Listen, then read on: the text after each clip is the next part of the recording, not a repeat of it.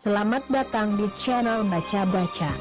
Selamat menikmati novel yang berjudul Kekuatan Harvey Dark untuk Bangkit.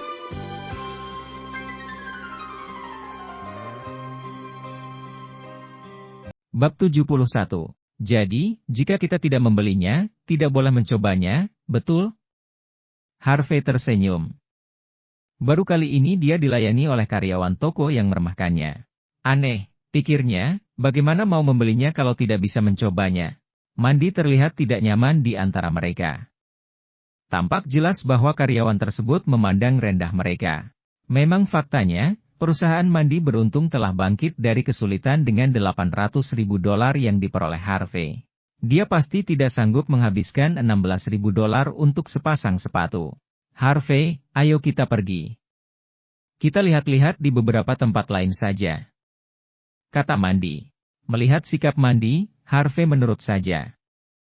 Toh, ada banyak sekali merek bagus di pusat perbelanjaan itu.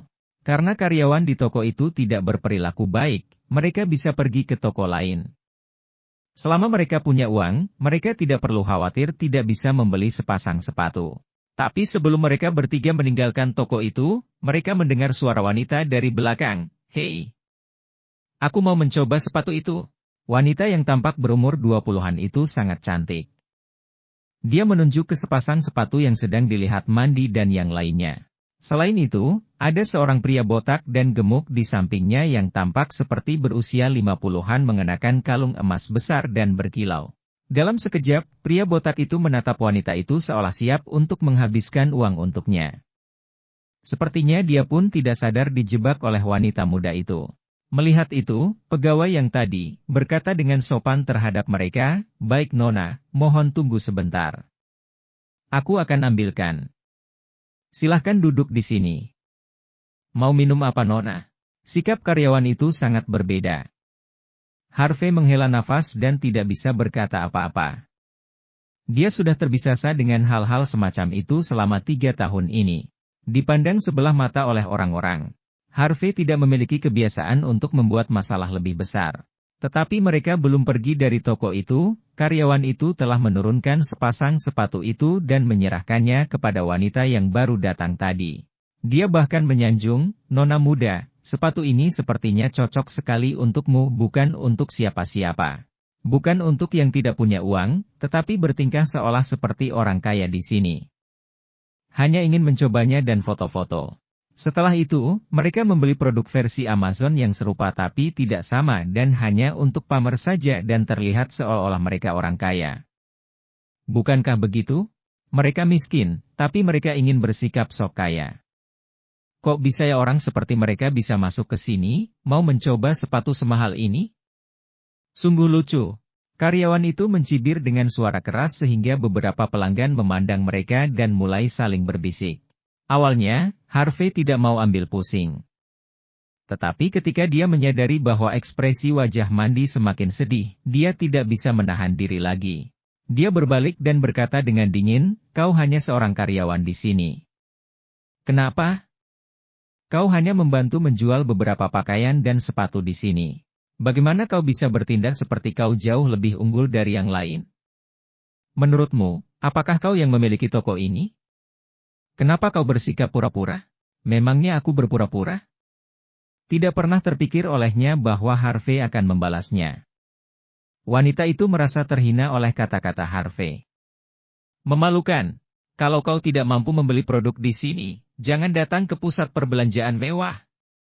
Bajumu saja murah, ponsel ketinggalan zaman, berani-beraninya mau mencoba sepatu di sini. Pergilah. Jangan buang-buang waktu kami. Aku paling benci orang miskin sepertimu." Miskin tapi bergaya seperti orang kaya. Benar sekali. Wanita cantik tadi melirik Mandy. Ketika dia melihat betapa menawan dan cantiknya Mandy, dia dipenuhi rasa iri dan mengejeknya. Ini bukan pekerjaan mudah juga baginya. Dia pasti biasa melayani pelanggan elit. Sementara kau datang tapi tidak membeli apa-apa. Harvey, ayo pergi. Tiba-tiba kerumunan orang semakin bertambah. Mandy merasa malu. Dia tidak yakin Harvey mampu membelikan sepatu itu untuknya, walaupun tahu bahwa Harvey sudah memiliki pekerjaan. Harvey tersenyum tipis dan berkata, "Tidak apa-apa.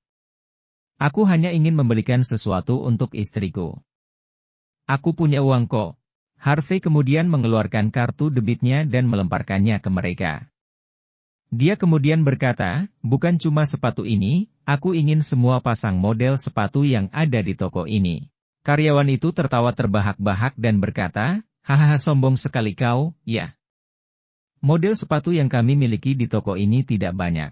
Kami hanya punya sekitar 40 pasang, termasuk sepasang sepatu di etalase itu.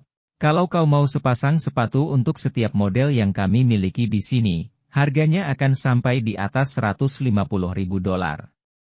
Aku akan hitung jumlahnya.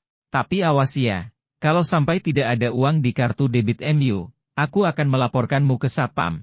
Karyawan itu sangat materialistis, tapi sayang tidak begitu cerdas dan sensitif. Bagaimana bisa dia saja tidak tahu kalau kartu yang dikeluarkan oleh Harvey adalah kartu hitam Ames yang eksklusif? Saat itu, dia ke kasir dan menggesek kartunya lalu, mesin itu berbunyi. Berhasil? Semua orang tercengang.